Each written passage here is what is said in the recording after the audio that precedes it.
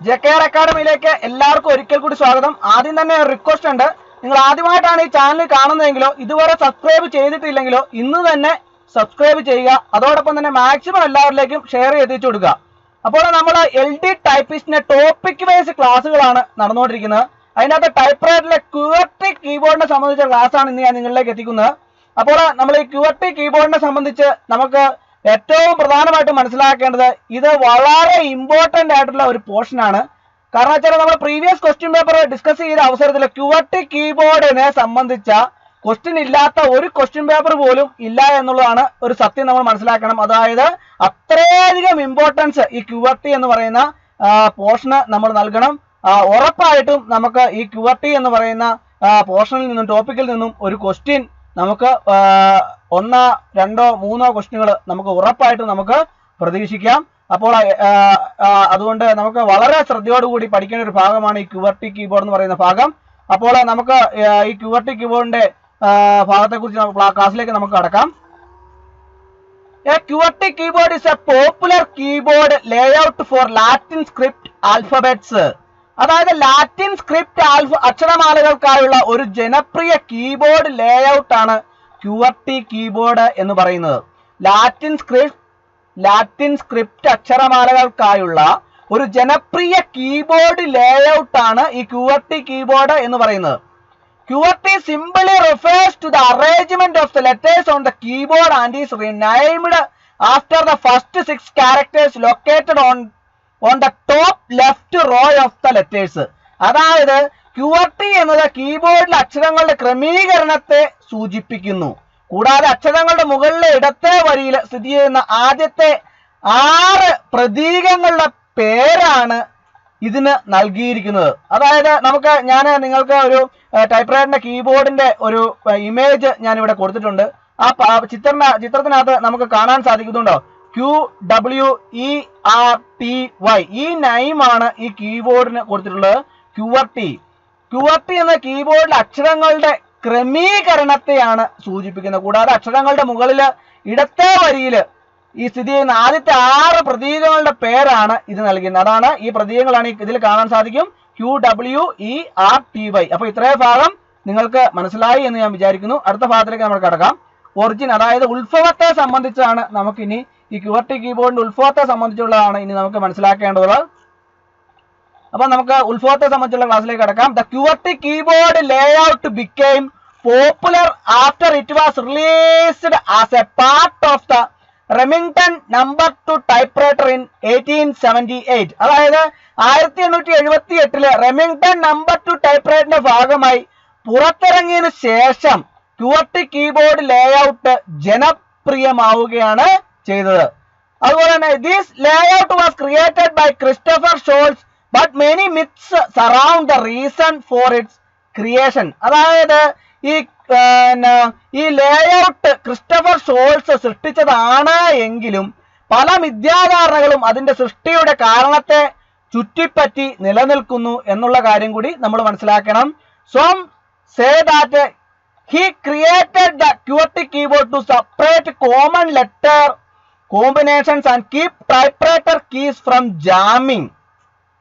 അതായത് സാധാരണ അക്ഷര കോമ്പിനേഷനുകൾ വേർതിരിക്കുന്നതിനും ടൈപ്പ്റൈറ്റർ കീകൾ ജാമിങ്ങിൽ നിന്ന് സംരക്ഷിക്കുന്നതിനുമാണ് അദ്ദേഹം ഈ QWERTY കീബോർഡ് സൃഷ്ടിച്ചതെന്ന് ചില ആൾക്കാർ പറയുന്നു.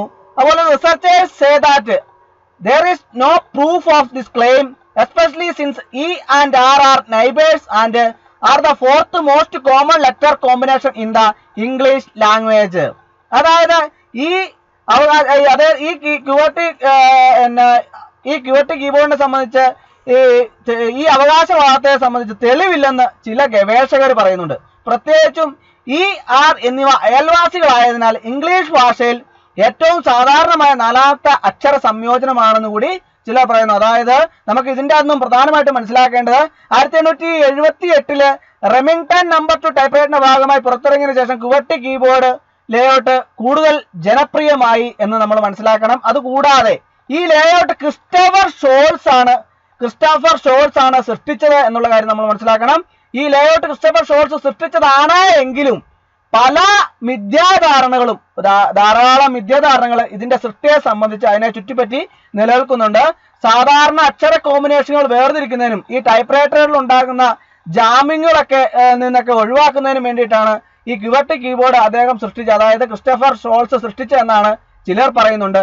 എന്നാൽ ഈ അവകാശവാദത്തിന് തെളിവില്ലെന്ന് ഗവേഷകർ പറയുന്നു. പ്രത്യേകിച്ചും ER എന്നിവ അയൽവാസികളായതിനാൽ ഇംഗ്ലീഷ് ഭാഷയിലെ ഏറ്റവും സാധാരണമായ 4ാമത്തെ അക്ഷര സംയോജനമാണെന്നും കൂടി പറയുന്നുണ്ട്.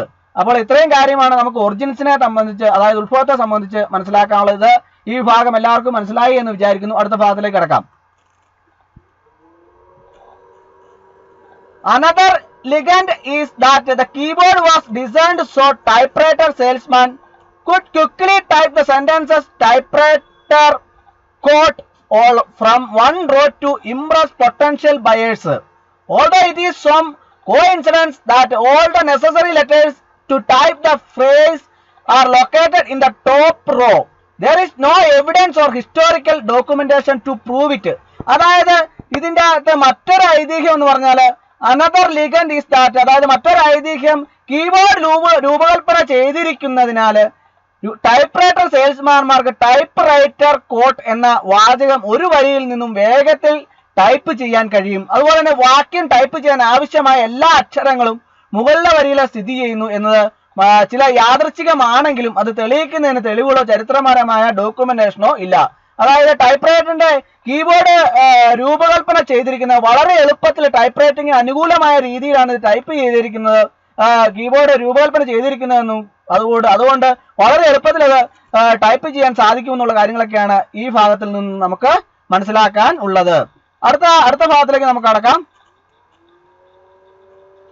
QWERTY alternatives.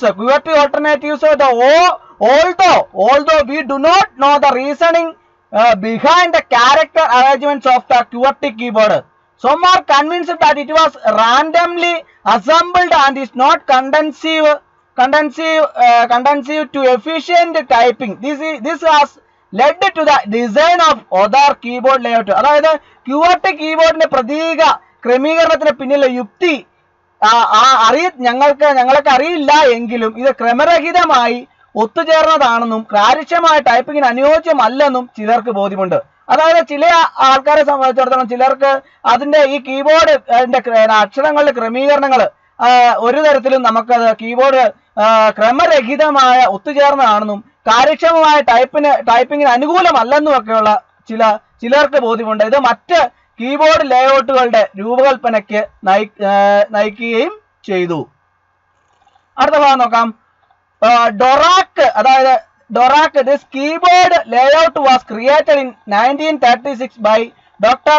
August Dvorak in order to increase speed and ease of use. The most commonly used characters are on the home row and on the right side, since most of the population is right-handed.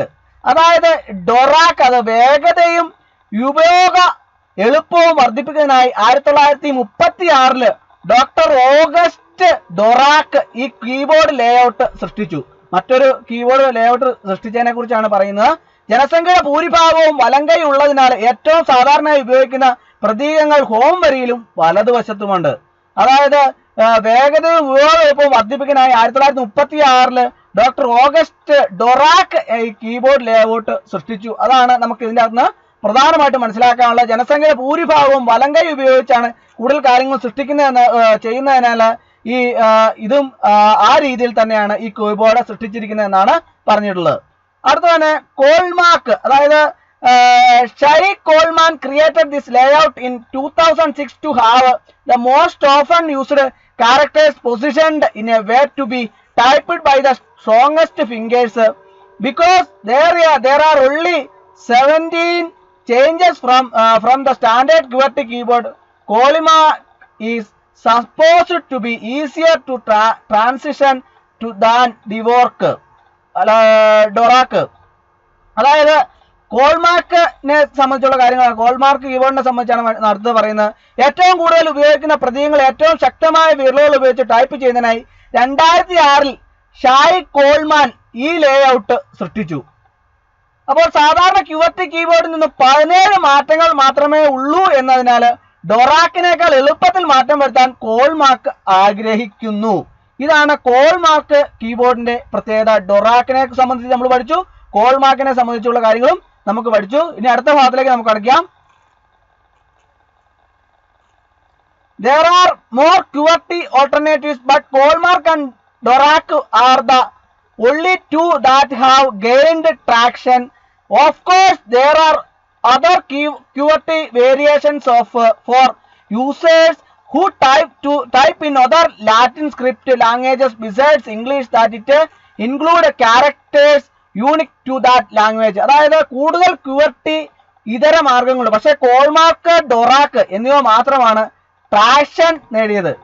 തീർച്ചയായും ഇംഗ്ലീഷിന് പുറമെ മറ്റ് Latin script ഭാഷകളിലും type ചെയ്യുന്ന ഉപയോക്താക്കൾക്കായി മറ്റ് QWERTY വ്യത്യാസങ്ങളുമുണ്ട്. അതിനാൽ ആ ഭാഷയ്ക്ക് സവിശേഷമായ പ്രതീകങ്ങളും ഉൾപ്പെടുന്നു. ഇത്രയും കാര്യങ്ങളാണ് നമുക്ക് QWERTY കീബോർഡിനെ സംബന്ധിച്ച് മനസ്സിലാക്കാനുള്ളത്. അപ്പോൾ ഇന്നത്തെ ക്ലാസ് ഇഷ്ടമായ ലൈക്ക് ചെയ്യണം, ഷെയർ ചെയ്യണം, സബ്സ്ക്രൈബ് ചെയ്യണം, മാക്സിമം എല്ലാവരിലേക്ക് എത്തിച്ചു കൊടുക്കണം. ഒരിക്കൽ കൂടി നന്ദി പറഞ്ഞു നിർത്തട്ടെ. നന്ദി, നമസ്കാരം.